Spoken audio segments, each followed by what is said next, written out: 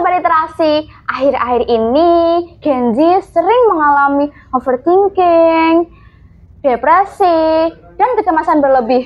Lalu, gimana sih cara mengatasinya?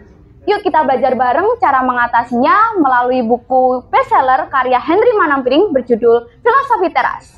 Buku yang terbit pada tahun 2018 dengan ketebalan buku 326 halaman. Sebelumnya, perkenalkan nama saya Palupi Maru dari SMA Negeri 1 Pundong, mewakili daerah istimewa Yogyakarta. Mari kita bersama-sama menilik filosofi teras antara kehidupan dan filsafat. Buku yang berisikan ulasan ringan tentang filsafat Stoa atau Stoicisme, yaitu sebuah ajaran filsafat kuno dari Yunani Romawi. Buku ini menghadirkan praktik hidup yang dijalani untuk menuju ketenangan jiwa, topik yang sangat relevan dengan kondisi mental yang dialami oleh banyak orang. Terlebih saat ini banyak anak muda yang kerap mengalami overthinking, tekanan hidup, dan kecemasan berlebih. Buku ini dipilih untuk diresensi karena penulisnya mampu memadukan narasi yang menarik dengan pemaparan konsep-konsep filosofis yang mendalam. Stoa atau Stoicisme sebagai tema utama dalam buku ini adalah sebuah aliran filsafat yang menekankan pengendalian diri dan penerimaan takdir. Konsep tersebut terasa sangat relevan di tengah kompleksitas kehidupan yang kontemporer. Buku ini menyelipkan perjalanan yang dialami oleh penulis sendiri terkait bagaimana penerapan filsafat Stoa dapat mengubah kehidupannya. Si penulis yang semula bergumul dengan berbagai masalah kehidupan, mulai dari kecemasan, keresahan, emosi negatif, dan tekanan, mampu menemukan kedamaian batin setelah menerapkan ajaran Stoa dengan memfokuskan pada pengendalian diri dan tetap selaras dengan alam untuk menggapai kebahagiaan. Buku ini menganjurkan para pembaca untuk mengubah pola pikir dan perilaku dengan berusaha mengatasi emosi negatif. Pada bab 4, penulis mengenalkan salah satu prinsip yang sangat menarik, yakni prinsip dikotomi kendali. Prinsip ini membahas mengenai keutamaan fokus pada hal-hal yang mampu kita kendalikan, bukan pada hal-hal di luar kendali kita. Hal-hal yang di bawah kendali kita ini adalah opini, persepsi kita, keinginan kita, tujuan kita, dan segala sesuatu yang merupakan isi pikiran dan tindakan kita sendiri.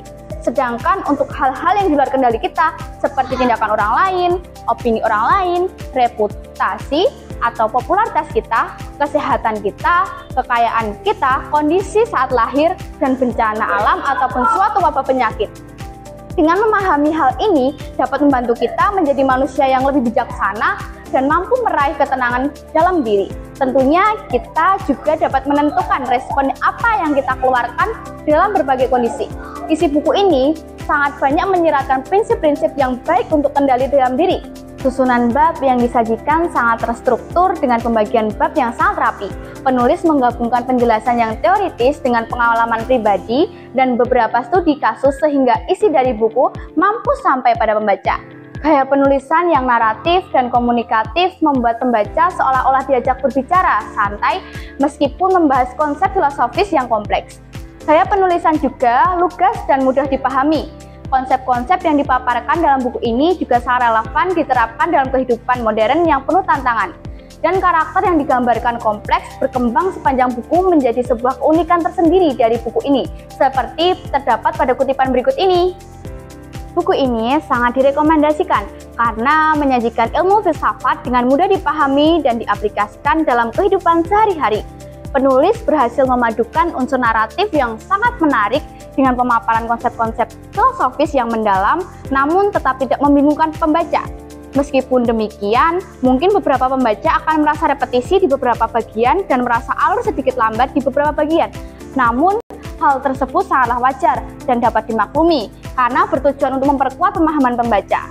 Secara keseluruhan, buku ini sangat inspiratif dan memberikan kontribusi positif yang dalam memperkenalkan filsafat Stoa. Buku ini tidak hanya menyajikan sebuah hiburan, tetapi juga memberikan pengetahuan dan wawasan tentang ilmu filsafat kuno yang bisa relevan dengan kehidupan modern saat ini. Buku ini sangat layak dibaca siapapun yang ingin menerapkan prinsip-prinsip Stoa. Melalui buku ini, kita diajak untuk tetap tenang dan rasional dan selalu kuat mental menghadapi segala permasalahan yang menghujam dalam kehidupan. Gimana nih teman-teman setelah kalian mengetahui review singkat terkait buku Filosofi Teras? Apakah kalian tertarik untuk membacanya lebih dalam lagi? Yuk kita ke perpustakaan terdekat.